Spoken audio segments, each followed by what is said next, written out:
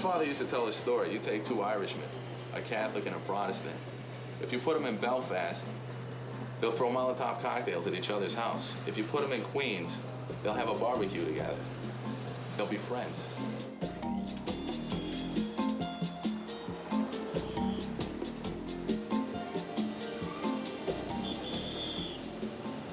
Well, when I told my parents I was going to New York, their only reaction was, "You're gonna get killed there."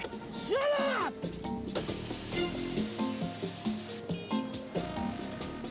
It's a city that never sleeps, but at the same time, it's the city of dreams. And it seems sort of contradictory, really, because in order to have dreams, you need to sleep. But this is a city that has both. It has dreams without sleep.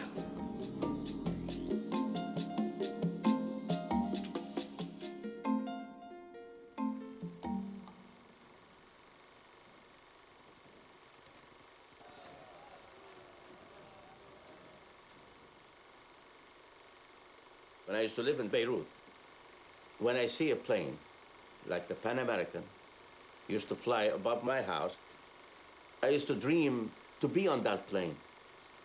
Because I used to see like the cowboy movies and the action movies and the Hollywood and the United States, New York, like the high-rise building, Empire State Building, And I used to dream to come to the state to live in this life like everybody else living in America. My father was born in 1937 in Budapest, Hungary. And from the age of, 2 to 7, he was in the middle of World War II, Nazi occupation of Hungary in 1944. And in 1956, he was a teenager during the Hungarian Revolution.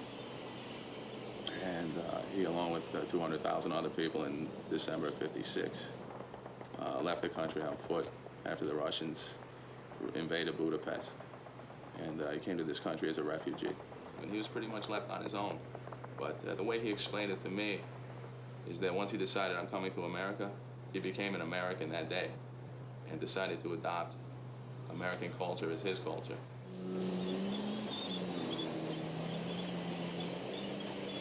We were brought up in fear. My parents were very scared of anything happening because they had a bad experience in '68 and they have lost their hope completely that anything would change. And in school, they would tell us, you have to say these things. And then when I would come home and ask my parents, what is this about? Why do I have to believe in the Soviet Union? Why do I have to like tanks? Why do I have to watch war movies?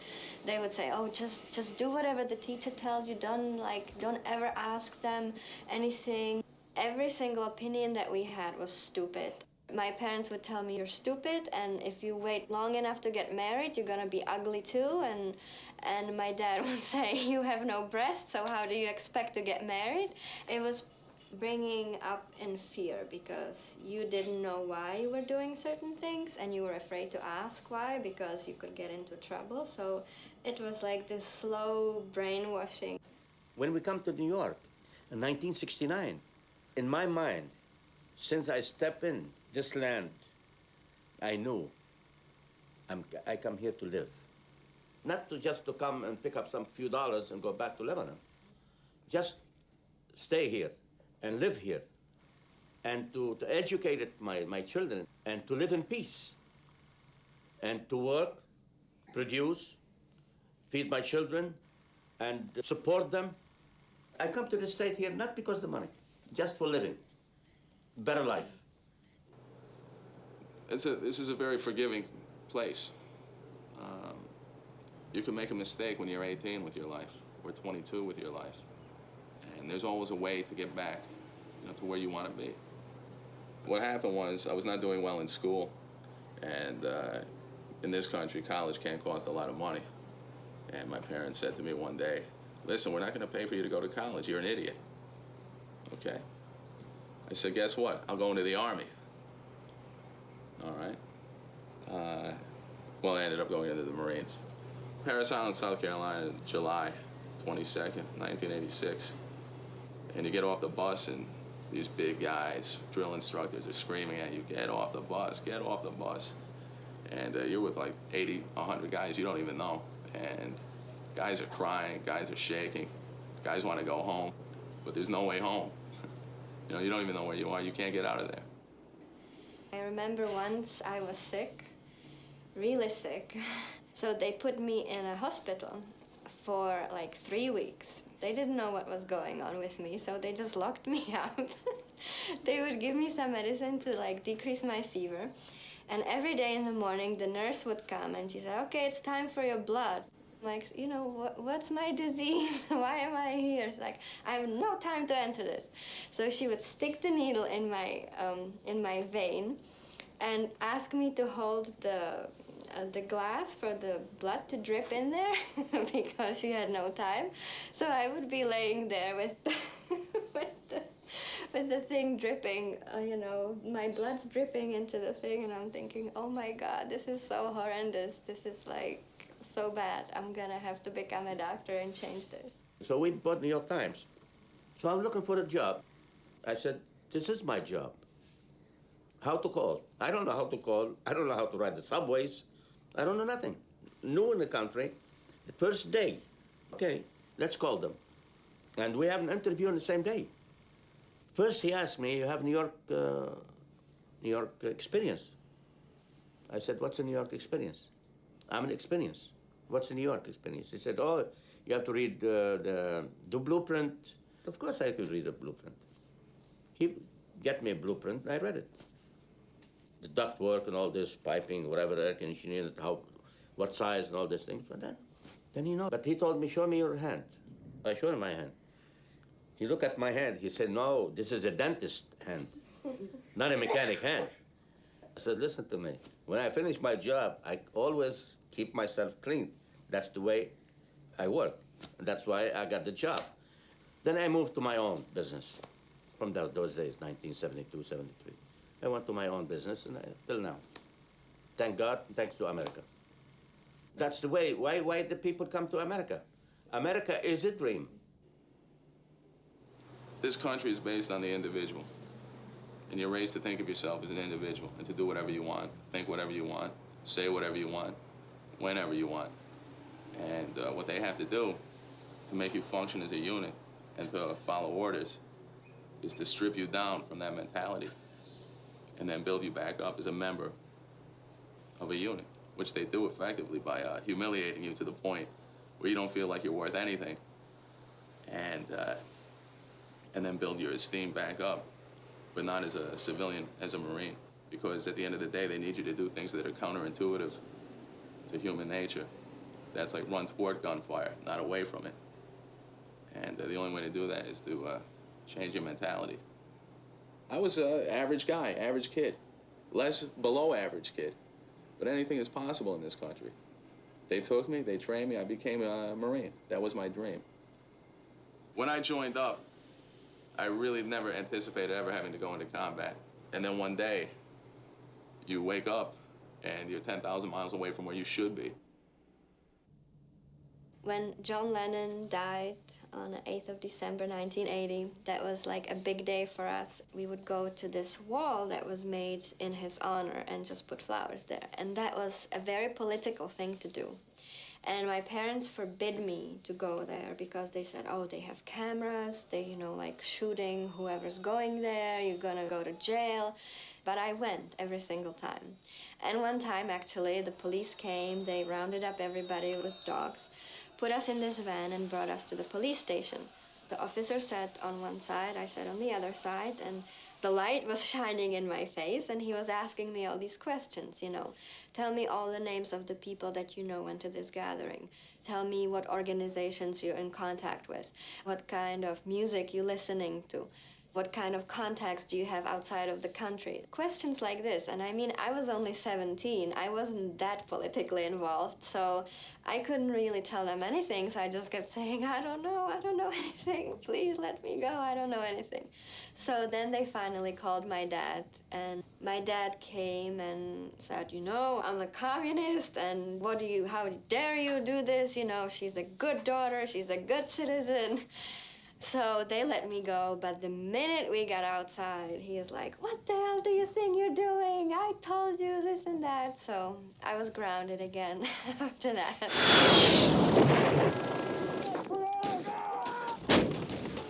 I never thought I would ever go into combat. I never wanted to go into combat. Nobody does. You would have to be insane to wish for that to happen. So the thing people don't understand about combat, you're not fighting for your country, you're not fighting for your flag. The only thing you're fighting for is the guy next to you, or your friends. You know, because the battlefield is a big place, but you're in a small world. You know, the 2 guys over here, 3 guys over here, the guys in your unit, and that's who you fight for. And you really don't need any preparation for that. If you love this guy, then you'll do the job for him. You know, not for the President of the United States, not for the United States of America, not even for the Marine Corps, but just for your friend next to you. We're out there, we're firing on these Iraqis, and you don't see them as human beings. Right? This is a guy that's just gonna put you home in a box too. He's gonna send you home to your mother in a body bag if you don't kill him first. Nothing personal, really nothing personal. It's just a job out there. But then when you come face to face with a man, and you could see, this guy's scared, he's just as scared as you. He's a human being. One time we had guys, they popped out of some bunkers, Iraqis, waving white flags. And we came at them, you know, guns pointed, ready to shoot them. You know, should they do anything that appears to threaten us, reach for a weapon, what have you. We put them down on the ground, rather harshly, searched them, took their boots off. And then we had this staff sergeant. He was from Vietnam. He's seen a lot worse than any of us ever did. He made sure that we put their boots back on and tied their boots up for them and treated them humanely. I left my house in May 1990, and I had to finish my high school and take the test, which I did. And after that, there was the question what to do next. So I did want to go to medical school, but given the current situation, the political chaos, my parents, no money, nothing, no support from anywhere, I decided the best thing to do for me is to go abroad. So the day when I came to the American embassy, the man's asking me, "Do you have any money?" "No." "Are you living with your parents?" "No." "Do you have a husband?" "No." So I had all the things going against the decision of getting this visa, but for some reason, I got the visa. So I got on the plane all nervous because I had only those $30. So I'm sitting there stressing out, and this man next to me, young guy traveling from South Africa, he says, "You know, what's wrong with you? You're all stressed out. You know, are you going on a business trip or are you on vacation? What's the matter?" And so I told him a little bit of my story. I'm like, "You know, I'm coming from Czech Republic. I have no money. I'm afraid they're not gonna let me." And he's like, "Don't worry. I'm gonna say you're my girlfriend, and I have some traveler's checks, so don't worry." In the middle of JFK, the immigration officer's asking me, "Show me how much money you have." So I show him my $30, and he looks at me like I'm crazy.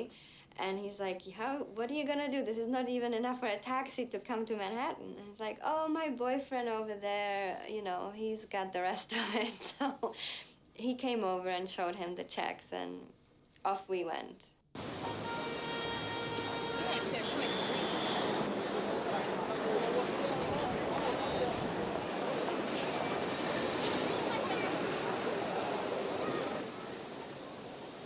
This is my home now. I've been here, 33 years. I can't forget Lebanon because Lebanon is my original country. I grew up there. I born there. But this is our home. And if they don't come... And this is my grandchildren home, my children home, my wife with me. They call me Al-Mukhtar. Al-Mukhtar, it means like a mayor, but they picked this name for me. They named me, the community, because I help a lot of people, especially in Beirut section. I have a lot of people, help them, bring them to live better, find them houses, find them jobs. That's why they call me Mukhtar. عنده معرفة على كل الناس. مختار عنده الأنضرس وعنده المعرفة. نسي المختار. خليك ما نلاقيش واحد يعطينا نعطيها المخترة خلينا وزير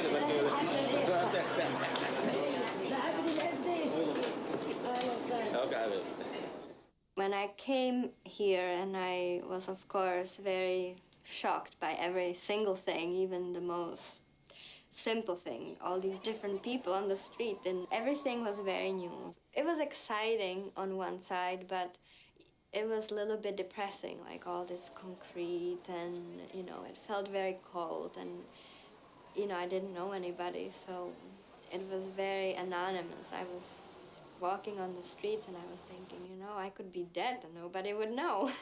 So it was very hard at the beginning, but every single day my confidence grew, and I was getting, you know, from all that junk that was thrown on me when I was growing up, I could just like clean my head and completely rethink what my life was before and what it could be now.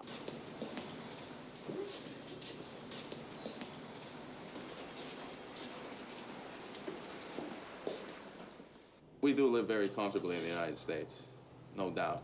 We have generally, most people have a very comfortable lifestyle, and you're not exposed to this kind of thing. But to be exposed to it, the killing, the bodies, the fires, the explosions, it's something to see. I mean, many parts of the world, people grow up, that's a daily occurrence. For us, no. And to see it firsthand and to participate in it, well, it does something to you. You know, it changes your attitude about life and the preciousness of life and the fragility of life. And the man could be standing there 1 minute, and then he could be gone the next minute if he's standing in the wrong place.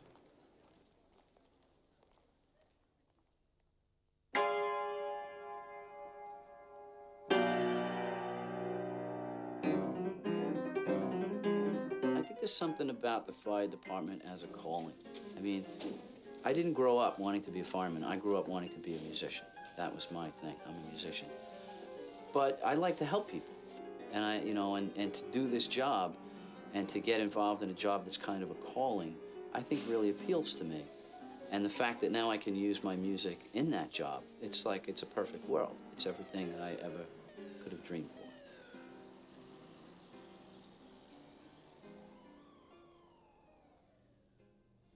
Both my grandfathers were on the police department. My father was a cop. So the guys that I grew up with in the neighborhood, you know, a lot of their parents were cops and firemen, and, you know, a lot of us became cops and firemen. And to get on the job, there's a very tough physical test. And there was one guy in the neighborhood who actually put a school together. And at the local high school, they had all these simulated events, because the test was a series of like 10 or 11 events that you had to do, this big obstacle course. And so they set up all these tires and ropes and ladders and hoses, and they made up basically this obstacle course so that you could practice. And, you know, and this guy, Pudgy Walsh, ran this school. And I think they called it Pudgy University, which, you know, was PU, was the, was the initials. And, you know, all these firemen in the neighborhood, they ran this to help their sons and their nephews and their sons' friends and their nephews' friends, and just guys from the neighborhood to get on the job. The job. This is the job, you know. And they knew it was a good job, and they knew they loved the job, and they wanted to help get their sons and their nephews and their sons' friends onto the job. New York is the sort of place where it's, you know, just get it done. You know, no matter what your race is, or your gender, or your ethnic background, your religion. You know, I mean, again, there are obstacles, but you know what? I'd rather be here than anywhere else on earth as my home, because despite the limitations, the opportunities here for virtually everyone are great. We're African Americans from the South, and we're like a middle class family. My mother is very musical, and I guess was active in music in her church growing up. Very typical African-American experience. My father, at the age of 17, straight out of high school, underage, joined the Air Force. And he was a supply airman. I mean, the lowest ranking member of the Air Force. In this country, you have to have a college degree to be an officer. So my dad raised a family. He went to college at night for 10 years and became the oldest person to join the officer ranks in the history of the Air Force. I'm fortunate that for a job, as a television reporter, I get to do what I love to do. You know, I really enjoy being a reporter. Often people find out that I went to Yale. They say, well, why did you do TV? And the fact of the matter is, I just like watching television. I just like that medium. I was raised on TV to a point, and so that's really kind of how I got into this. You end up seeing some great things, some amazing things, and meeting some really fascinating people. You also see some pretty awful things. The forecast, plenty of sunshine through today with seasonal temperatures. We should return high 82 degrees by this afternoon.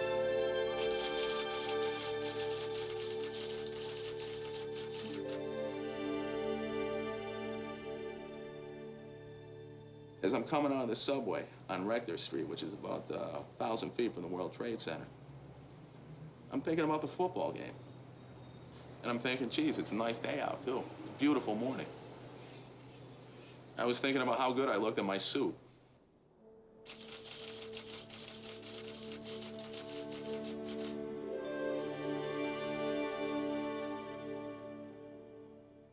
I was supposed to do just a short debrief story back at the station during the morning news show. Our show is called Good Day New York. And I was supposed to do a hit after the 8:45 a.m. break, commercial break. So I hooked up, got the makeup on, you know, ready to go.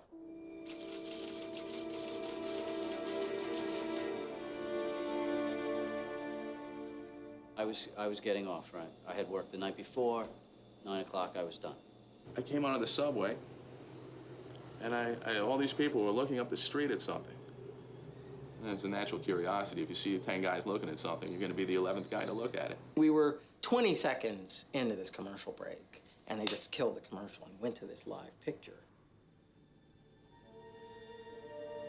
I looked up, there was paper flying, smoke. I didn't know what it was. So maybe a boiler explosion, some kind of fire up the street. Had no idea what was going on. And everybody suddenly realizes, wow, this is serious. And of course, at that point, we didn't know, if this was a Cessna or something that ran in a tower or what. We just didn't know. But I knew I wasn't doing my election story. I took off my earpiece, got up, said to the assignment editor, or motioned to the assignment editor, who's now on 2 phones, look, I'm going. I'm send me out there. There was a big tire in the street that had come off the first airplane. The one that hit the first tower. And there was like a considerable amount of body parts around the corner. I went into the house watch, and all the other guys that were here that day went up on the roof. So they could actually see the World Trade Center, the Twin Towers, from the roof. They're looking across Manhattan, and they were watching the one tower is smoking, it's on fire. I start walking back toward the building. I hear, I look up. There's plane number 2 now coming in on a bank. And that's the moment you know something unbelievable is about to happen. We're under attack.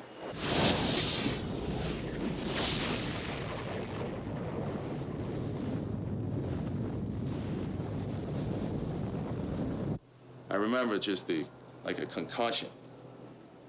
And I wanted to run. Your first instinct is to run. But you know what? Don't run yet. Wait to see what happens. In case things start falling in the street. You just saw evidence that the first plane is in the street. Don't be in the street during the second one.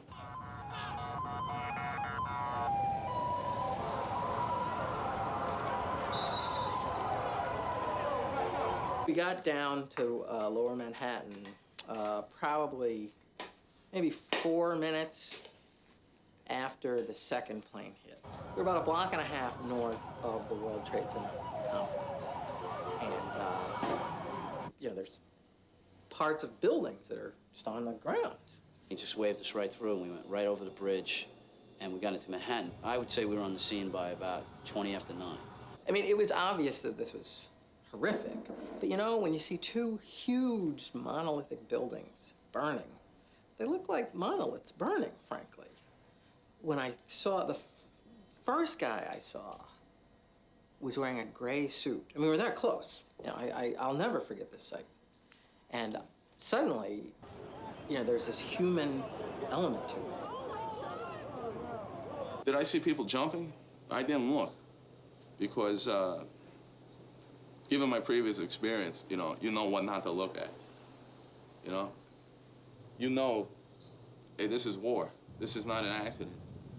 And yeah, survival instinct kicks in, you know. And look, we need to get out of the area as quickly as possible because we don't want to get killed. The thing that struck me was no panic, generally. No panic whatsoever. And these are people that have no training, no prior experience. I mean, for the rest of my life, I'll always remember that, my co-workers. No prior experience with anything like this.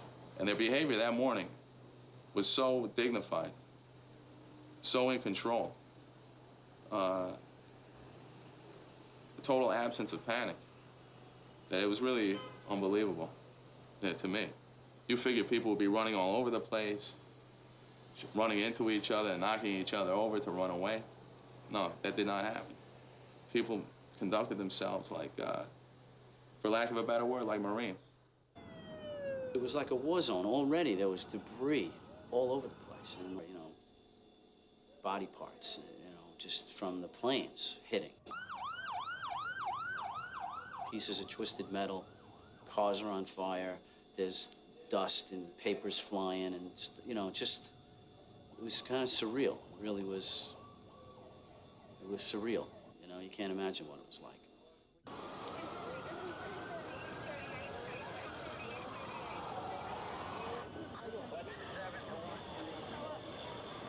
You're talking about guys who make $35,000 a year, willing to give up their lives just because that's what they get paid to do, and that's their duty.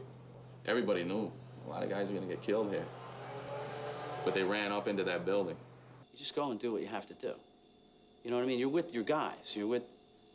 And everybody's together, so you kind of draw strength from each other. It's like, well, if this is where everybody's going, that's where I'm going. I'm going with my guys, you know? So it's not, I mean, you knew it was bad, but I don't know about scared.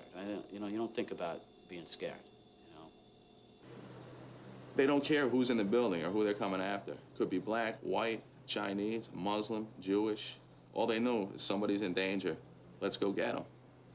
They don't ask you what your background is, who you are, where you came from. They know you're in trouble. They're going to go try to save you. We were with nearby Engine Company 216, and where we went in the building, they went down the block to go into the tower. And one of those guys, Danny Surr, this guy I worked with, he was killed. He got hit by a jumper. Just got hit by a body that came, 80, 90 stories down. They just, so he died. And then we start interviewing people. I mean, that's our job, Because, we were driving down when the planes hit, so we wanted to talk to people who had seen the planes hit, and we wanted to talk to people who had come out of the buildings. So we were getting people, blood-covered people. I clearly remember one guy just covered with blood, and these Japanese tourists, actually, who were laid out on the sidewalk, being triaged from where parts of a building fell on them. There's a guy behind the counter of the hotel with a suit and tie on and his pen, and he's, yes, can I help you, fireman? Kind of thing, they're all trying to be hotel employees, doing their job behind the desk. So we're like, can you get us some water? Can you get us this? Next thing you know, there's cases of water coming and bottled water, and, and there's like 60, 70, 80 more firemen are coming. It's just everybody's coming into the lobby, and that's always where we have our staging area, in the lobby of the building that's on fire. So our boss goes off and finds a chief to find out what our job is going to be. And, you know, we're all having a bottle of water or whatever because we just walked a block and a half with all this gear. And he comes back and he says, okay, we're walking up to the 70th floor. The elevators are out. It's going to take us over an hour. Open up your shirts, open up your gear, and you know, let's go. You know, we all just gathered up our gear. I took my hood off because I knew I'd be sweating walking up 70 stories. And we started walking, continuing to walk through the lobby, which is, again, we're headed north. And we go right into the North Tower. And there's all kinds of people, ton of people coming down the escalators that are getting off the elevators, and they're just trying to evacuate the building. So we go through those doors. So now we're basically underground, and we're in this shopping area. There's all shops and stores, and it's a big, wide hallway. And the boss was looking for a doorway to find a stairwell to start walking upstairs. So he said, wait here, stay together, don't move. The cameraman, his name is Jay Goichman, is standing next to me, facing away, looking at I mean, there's thousands of people just watching. And not, I mean, everyone was sort of watching a movie. And he was capturing that sort of disbelief in everyone's faces. And that's when I heard this rumbling. He no sooner disappears into that crowd of people going back toward the lobby of the tower. And it was,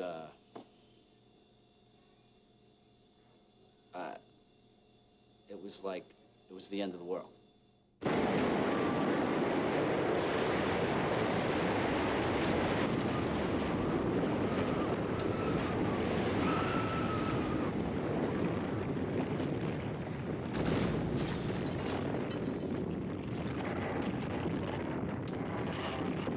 You have to realize it's this 110 stories of office space. It came straight down. So it's getting compressed.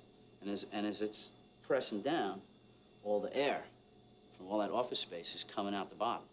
It's all getting pushed out the bottom. So it's all interconnected down there. It's probably coming through the lobby of the hotel. It's coming through this corridor. It's coming through that corridor. It's just going, you know, just like pushing the air out the bottom. We shoot it coming down, and then this cloud starts coming toward us, and we're running, we just ran.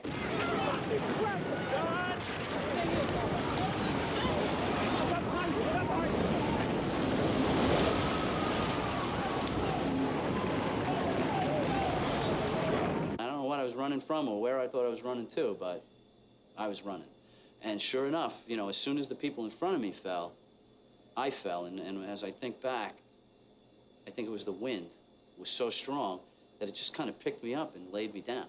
It's not like I fell hard. The wind actually picked me up and laid me down.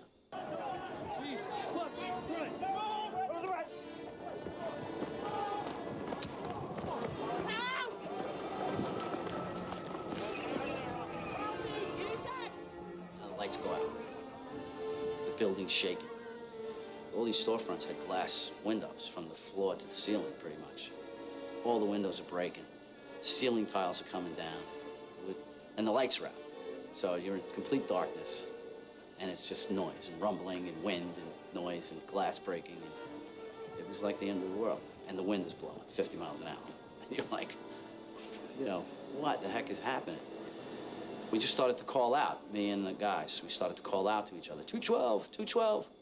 Yeah, 212, over here, over here. And then, you know, I mean, I didn't have my Scott pack on because it was fine. I didn't have my light on because the lights were on. You know, and I think, oh, I got a flashlight. You know, I put this big flashlight on. Couldn't see anything. Dust and stuff flying around. I couldn't see my hand in front of my face with the flashlight. I couldn't see 5 feet. Whoa, whoa. Walk this way.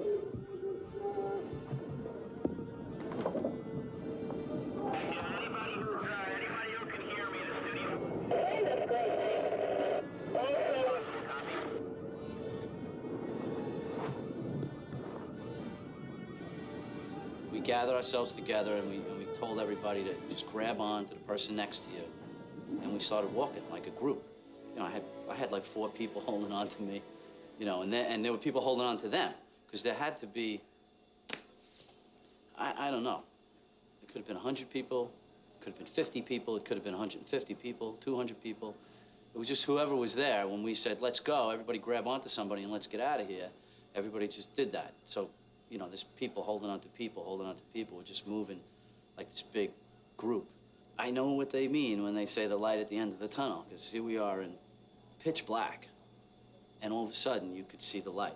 And it was from the street level, the light was shining in the windows, which were now broken, and there's an escalator there, and we were like down in this hallway. So from back in this hallway, you could see the light coming in, and there was somebody standing there, like a cop or somebody, and he's like, yeah, this way, and he's calling us. And we let all these people, and like now they see the escalator and the light, and they're all just like, we're out of here. So you know, I'm standing at the foot of this escalator, and I'm just watching all these people go up the stairs and out, up the stairs and out. I don't know how many people, but it was a lot of people. You know, I was walking with a friend, and she was going, I know this person in there, I know that person. I said, don't think about it right now. We'll have plenty of time in an hour to think about that, and in the days to come. But it serves no particular purpose at that time. The only thing you got to think about is taking one step after another and getting out of danger. We decided we had to go back in. We had to find our boss, because we got separated from him, find the other guys, and find any people that may have been hurt, that when everybody grabbed onto each other, you know, maybe they weren't able to do that. And they might still be laying back there on the floor, you know? So we go back in. And again, and now it's weird, because now you're walking from the light into the darkness. And it goes down like 3 stories into the basement. So me and Murph, the other guy's working tonight, I walked down one side, he walked down the other side, and we walked all the way down. And we're calling out, and we don't hear anything. Nobody's moaning, nobody's calling back, we hear nothing. And, which is probably a good thing, because mostly everybody got out. And more than anything, I mean, we work in a visual medium. It was just capturing the looks on these people's faces. I mean, you knew they'd been through hell. You could just see it on their faces. I was surprised there wasn't more people killed, to be honest with you. I figured 10,000 minimum. So thanks to the firefighters and the police, a lot of people got out of there that morning. So we walked back up 3 stories, back up these escalators. And we regroup, and I guess at that point, our other 2 guys found us. Somewhere we all wound up together again when we went back in. We continue on into the building, into that basement area, and we finally hear somebody call back. Anybody there? Anybody there? Yeah, over here. And we get this guy, and I think he was like an EMS worker or an emergency medical worker or something, and he's got a guy under a pile of debris. And the store across the way starts to go on fire, which in a way was kind of a good thing, because it lit the place up. We could see from the fire that's in the store. It's kind of lighting us up. And actually 2 of our guys grabbed some hose line, and we're like starting to put it out. And we're like, you know, what are you kidding? They're like, forget that. Let that go. We got to help this guy, and we got to get out of here, you know? So I grabbed a chair out of the store, and it was you know, a chair like this, but it had arms on it. So it actually had plenty of places to hold on to. We put the guy in the chair, and we started carrying him out. It was like 6 of us carrying this guy in this chair out. We get to this corridor, and now I know I went that way, and I know there's an exit that way. But the guys that we got separated from, they went north. So for a minute, we're standing there, and I'm going, we got to go this way. And my friend Eric is going, no, we got to go that way. And I'm like, I know we can get out this way. He's like, I got an exit over this way. And I was like, well, now let's not argue about it. Let's get the heck out of here. If you got an exit, I'm like, let's go for it. I know I got an exit. Let's go. When I was walking out the door, I'm only looking straight, and we're carrying this guy, and I see this overhang. And I know what it was like when we were going in the building. Stuff coming down, and people coming down, and debris coming down. And I said, if I hear something coming down, I'm going back that way to get under cover of that overhang. And, you know, we don't walk 10 feet this way, which I'm still under that overhang. I just don't realize it, that it's right above my head. And we get to the corner, and that's when it starts happening all over again. Hey, that's great. Also, would you make everyone aware of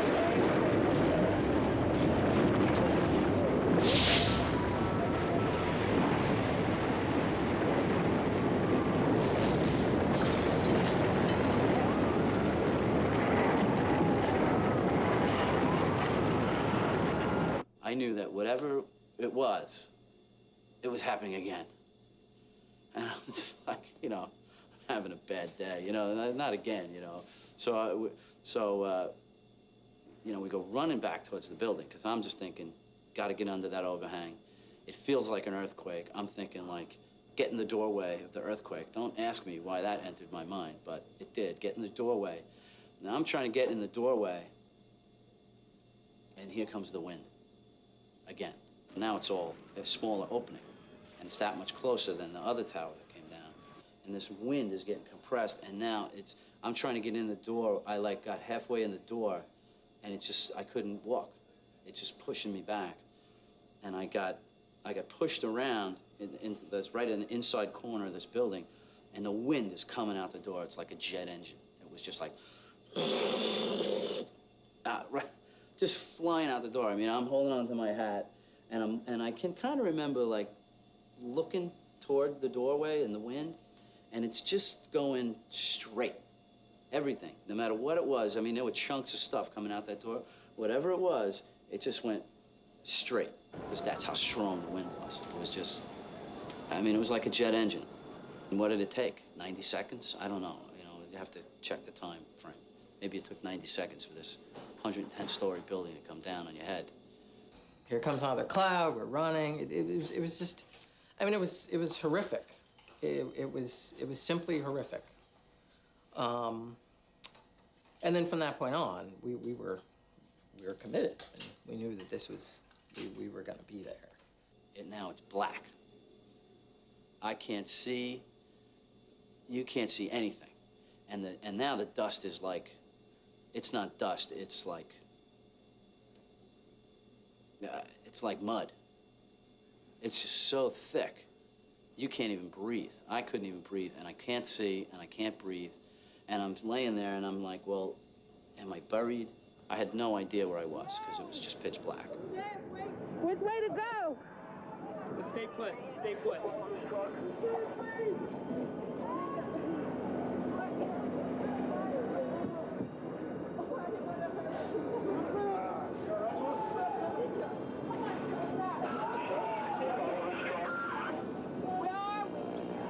You're in front of St. Paul's Church on Fulton and Broadway. Which way to go?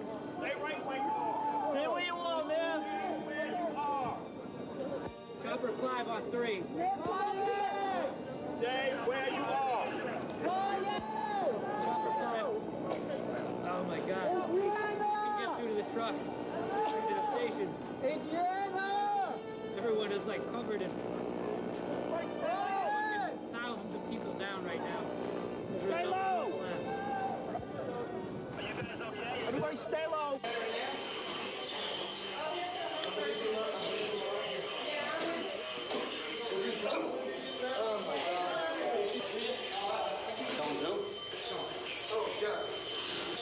Can you get an outside line? Because I got to call Yeah. someone to tell them I'm alive.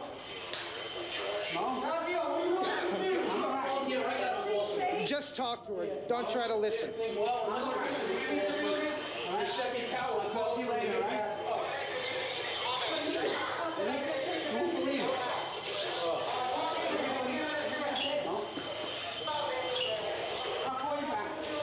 Oh my God.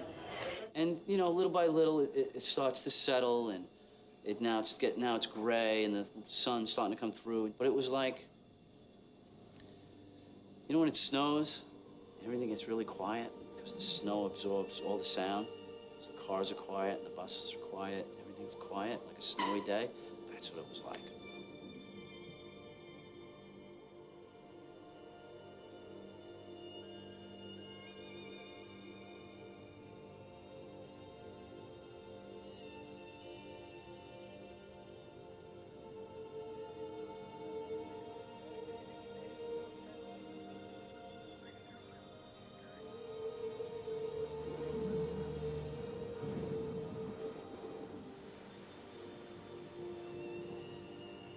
If there was a half hour between those two buildings coming down, we were in that basement for 29 minutes and 30 seconds because we were not out the door.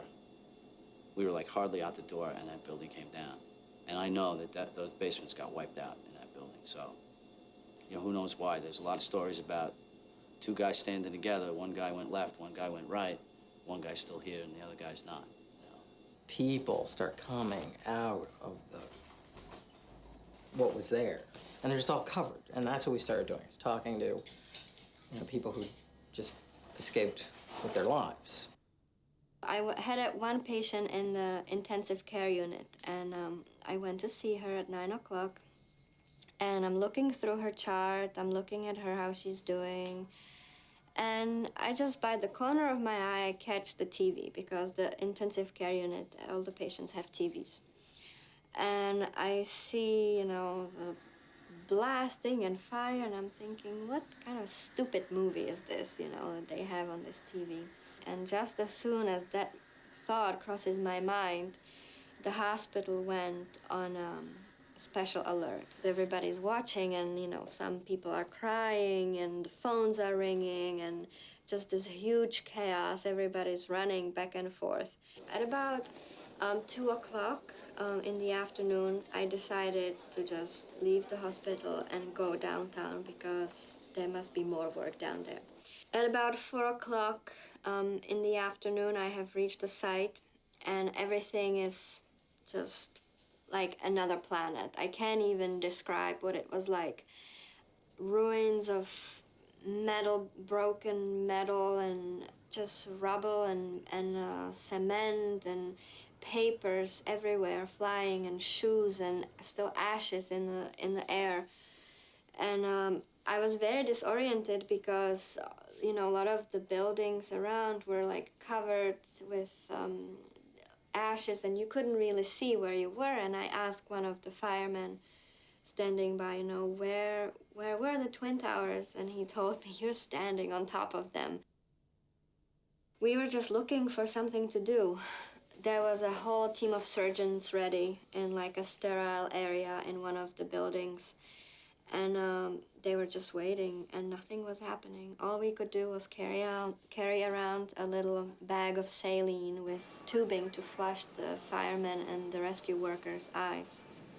The rescue workers and the firemen, they just kept digging and digging and digging and bringing out all this rubble. There were all these heavy machinery kind of trucks, and I don't even know what they're called, all these instruments. They were trying to pull the rubble out and see if anybody was in there. What was amazing to me is that we encountered so many people who, as soon as they saw the towers fall, wherever they were, got in their cars and drove to Lower Manhattan. Everybody, for the first 24 hours, was just so optimistic that, we'd dig and find all these people. As the night went on, maybe towards the early morning hours, about 2 or 3 o'clock in the morning, all the triage areas, there were signs, triage area this way in case, anybody came out. They just erased the name and just put morgue directed that way. Because at that point, all you could find was like, bones that were destroyed by fire, and there was a skull with teeth that was like all black. So it was just a horrifying feeling. I mean, I don't have words to express that kind of feeling. You would have to be there to feel it. It was very difficult to realize that there could not have been that many survivors. You just did not want to accept that fact. But at that time, when they changed all the triage areas to morgue, and it dawned on me that there's not going to be any survivors, there's not going to be any work for us to do. At that point, I just said, I have to leave, because I can't do anything, and this is just so horrible, I can't take it. I was just shaking, and I realized that I was freezing. So as I was walking on this rubble, there was the jacket sticking out, and I just picked it up, all dirty and covered with rubble, and I put it on to keep warm. And the name on it says property of FDNY, and it belongs to Maylee John.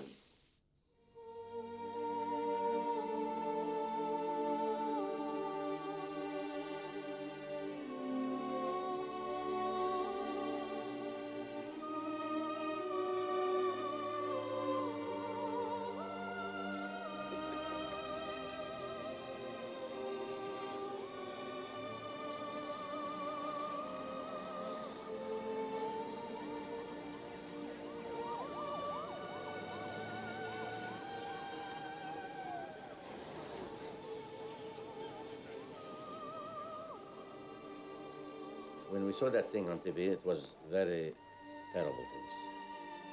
And right away, I was thinking, I know my nephew, he worked in this building. But I don't know what floor. Then I called my brother, and we called my sister-in-law to find out. She said yes. She told me he worked at this building on 104 floor, 104. So what happened? Did you hear from him? She said no, but he spoke with me this morning, and about 8 o'clock, he called her up. You know, like a mother and son. You know, he called her up to see how she feels, how's everything, whatever. You know, she called her. And then after that hit, she never heard from him. Till now. They start searching, we start hoping he's gonna come alive, escaped. We was talking about maybe we could find him, we have a hope. And we would search. With a lot of people, they start searching. A lot of cars. They went many, many hospitals searching for him. Give name, missing person. This is the picture of my friend or my son or whatever. God took him and we lost him because till now we don't know.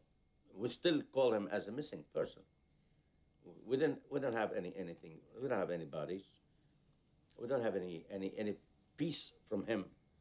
So we could, with respect, we could bury him in the right way.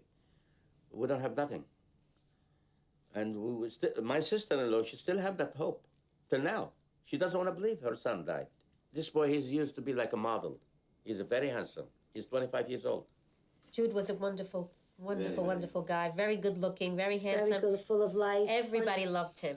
Everybody loved him. He had so many friends. Every night at their house, there was hundreds and hundreds of people.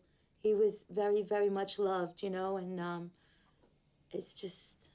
I think he could have been the next Mukhtar after you because everybody was following him. He was the leader of all of his group. Nobody did anything without, he was the one that decided. And there used to be 3 boys. You know, they grew up together, and they worked together at the same company. And they lost their life, same company. And they are 3 boys together. One started working there a year ago, brought the second one in, and then Jude was the third one that they got. You know, it's so hard to get into that company. So for him to get into that was like an honor.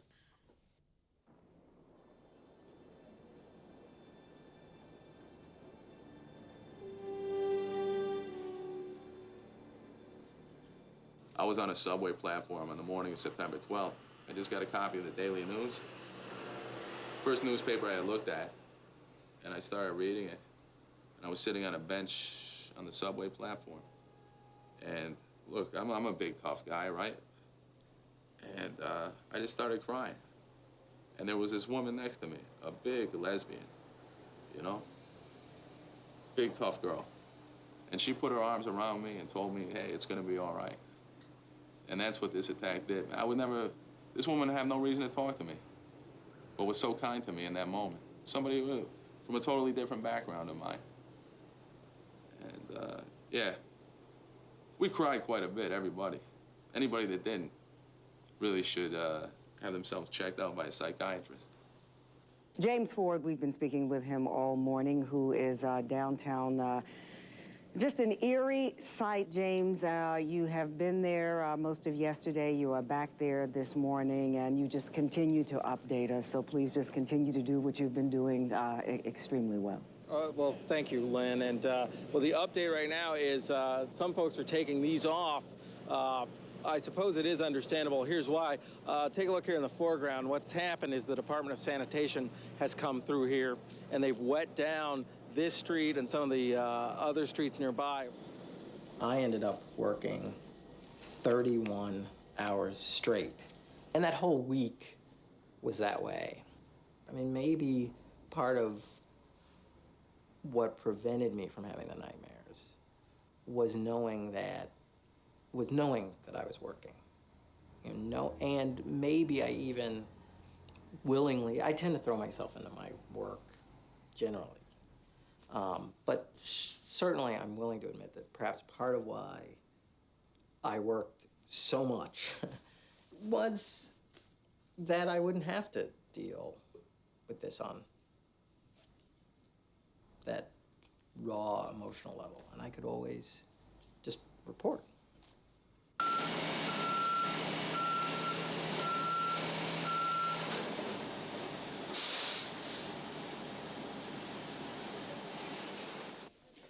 Next day, I was at the quartermaster getting new gear, and one of the chaplains walked in. We started talking about this whole thing. He says, yeah, you know, it's really a shame. We're next door. We're working on we got the list, and we're taking phone calls from people who are looking for people that are missing. You know, so half joking, I says, oh, yeah, you know, probably on that list. So he's done getting what he's got to get, and he leaves, and I'm still there. And he comes running back in. Hey, I'm like, what? He's like, they want to talk to you. I'm like, what do you mean? He's like, you know, you're on the list. You're reported missing. It's like, I'm on the list. He's like, yeah. They want you to come over and look at the list and seeing if any of those guys that you were with are also on the list, so they can take their names off the list.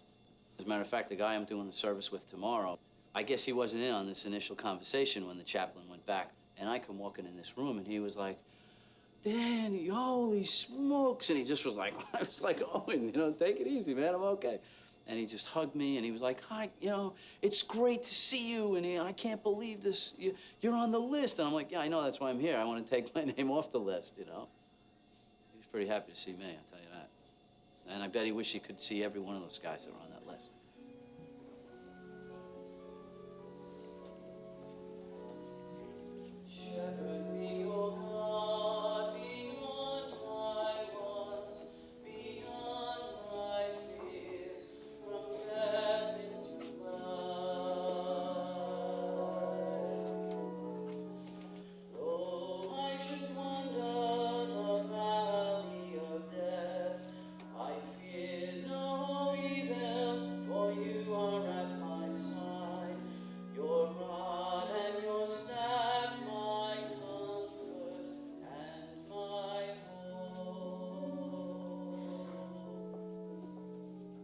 We lost 343 firefighters, 343 families, people with children.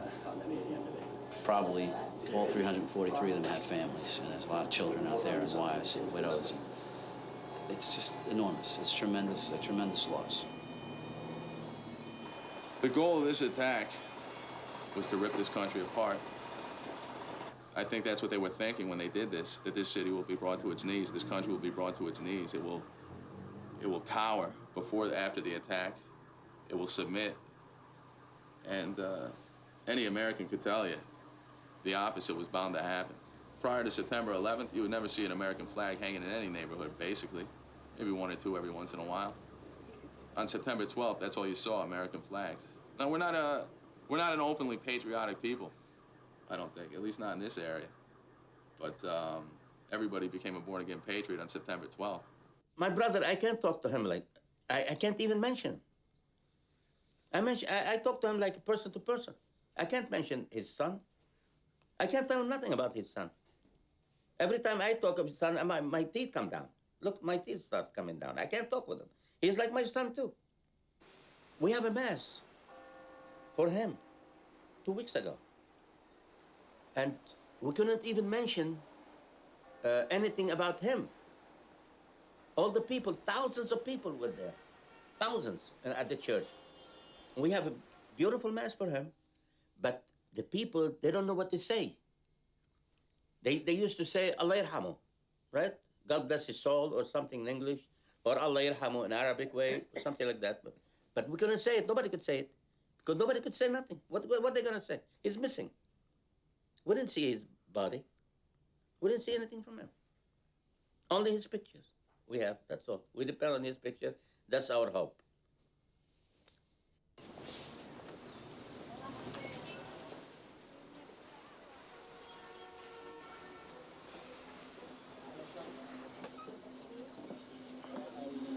عائلة بيت صف حبايبنا وأصحابنا، ونحن بنزعل كثير إنه راح لهم شاب عزيز كثير على قلبنا، وأكيد عزيز كثير على قلب أهله.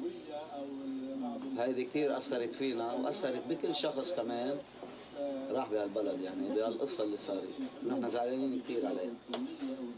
وتحياتي لبيت صافي ولكل عائلة رايح لها فقيد من الكارثة اللي صارت.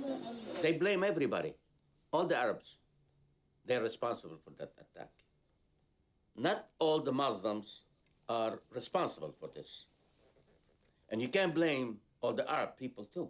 I think a lot's been done to make clear to Americans that, Islam is not the problem. At the same time, I think there's just a lot about Islam, a lot about the Middle East, a lot about Arabs, a lot about people who live in Central South Asia that people in this country just don't know. And I think by being able to convey to an American audience things that I have learned and will learn about people in the Middle East and in South Central Asia, we're all better off. We Americans and people in the Middle East, who I think are often misunderstood in this country. When they attacked New York, they didn't attack these two buildings only. They attacked the whole world. And that's why the whole world is united against these terrorists. And I hope it won't happen again, but we still, no fear. We live in New York. We stay in New York, and I fly, and I go anywhere I want. I'm not afraid to live in New York, and I'm still living like before September 11 and after September 11, same life. Human beings are quite resilient, and as time moves on, we move on, and this will disappear into the past, and that's how we cope. The human mind is tremendous like that.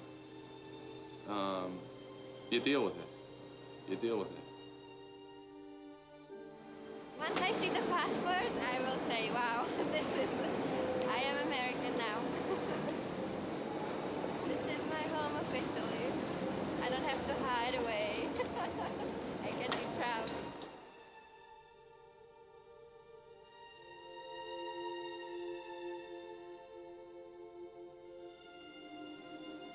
This used to be $1 million view. World Trade Center used to be between those two buildings. And they're not there anymore.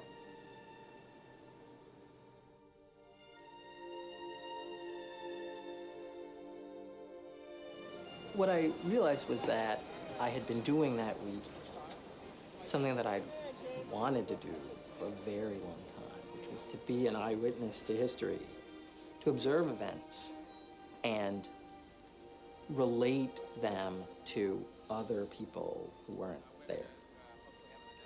I think that's a very important service.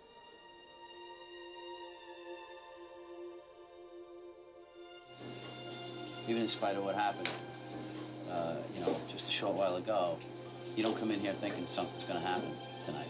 You can't. If you did that, you'd drive yourself crazy. You just know that you're just going to be okay. And you go and you do your job, and you hope for the best.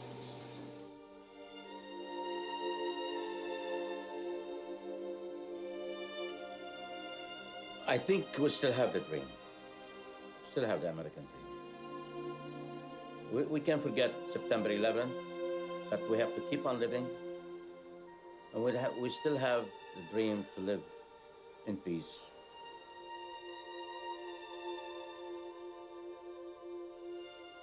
This is like New York's history, which we belong to, and we share it all together. This is our life. This is the life that we live, and it's part of it.